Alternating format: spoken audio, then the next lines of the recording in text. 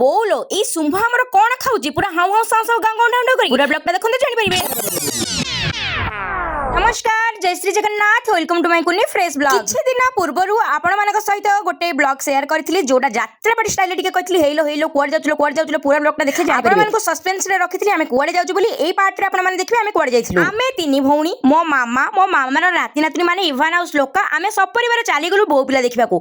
आपण माने जानिचंती गां रे जदी जने के बाहाइथिबो जदी बो पिला देखा सेमिति तो जम्मा हेबनी बो पिला हमें पुनी देखिबुनु सेमिति केमिति हेबो कोंदु ना। आपण माने कहबे हां सेई दिनटू एते सस्पेंस रे रखिथिलु बो पिला देखिबो आम गां पटे बो पिला देखिबाटा बड़ कथा आम गां पटे खुशी आ आपण मान पटे बो पिला देखा सिस्टम अछि ना नै निहाती कमेंट माध्यम रे जणीबे। लेखा लेखिरे तो ये होचने हमर बड़ भाउज आमे होचु तांकर ननद माने आमे चाली गलु भाउजक सहित टिके मजा मस्ती करबाकू। नुवा भाउज आछिसंती तांक सहित जदी के मजा मस्ती चिन्हा परिचय न हबु सेमिति कोन हबो कि हम तिनी भौणीकर व्यवहार होची संगे संगे जहा को देखिबु ताहा को आपनार कर देबु माने चिन्हु न चिन्हु जहा हेउथिले मध्ये आमे आपनार कर देबु। आम तिनी जनकर एटा गोटे भलो गुण तांको पुनी कंफर्टेबल फील करबु कि आम आगरे लाज शरम किछि कर नै आमे समस्त संगे मिसी जाबो। एक्चुअली जेहेतु करेंट महाशय पळैथिले गम गम झाळ बोहिला मु कहली आउलो मा मु रहि परिबिनी चालो घर को जिबा। पिला माने जो होउ थांती आ हमर जो गरम रे झाळ बोहुतै सब कॉम्बिनेशन हे कि मुंडटा खराब हे गेला सेइथि ପାଇଁ कि तिनी भोणी जाक दांड रे चालिलो घर को अभिमुखे।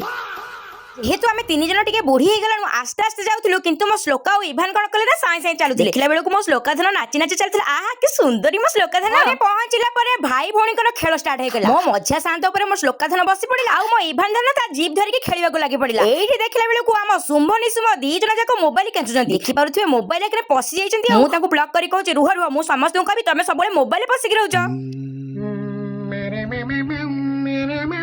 मो मनिया नाना आ बड़ भाउज बरहमपुर जाइथिले सब मामा खुड़ी मानक पई खंडे खंडे लुगा आनिथिले पिंधिबा पई। मामा खुड़ी बाछिबे कोन आमे सोनाली लिट्टी आ मु बसी पडुलु लुगा व्यापार करबाकू गोटे लुगा को हर एक माला 100 टका। आपण मानकर जदी लुगा दरकार अछि निहाती कमेंट माध्यम रे जणैबे। हमर जणे पडिसा खुड़ी सी आनी की देई देले पणस पकोड़ा किए खाऊ न खाऊ लिट्टी हमर धरी पडिला पणस पकोड़ा खाइबो बोली। आपण माने जेमिति जानिचंती राक्षा सुनी तो लिट्टी रो खाइबा देखि मो पेटरे टिके मुसा दौड़िला जम्मा विलंब कलिनी संगे संगे माड़ी चलिले रोसे घर देखिला बेलको मो सान भाउज अमृतभंडा काटी दउचंदी खाउरी ननदर मन कथा जानी भाउज काटी दउछ अमृतभंडा मो जदी न खाबी 4-5 टा केमिति हो उलमा। आज रो ब्लॉग टा को एठी रखली जल्दी जल्दी मो चैनल को सब्सक्राइब और फॉलो कर दियंतु। Bye bye.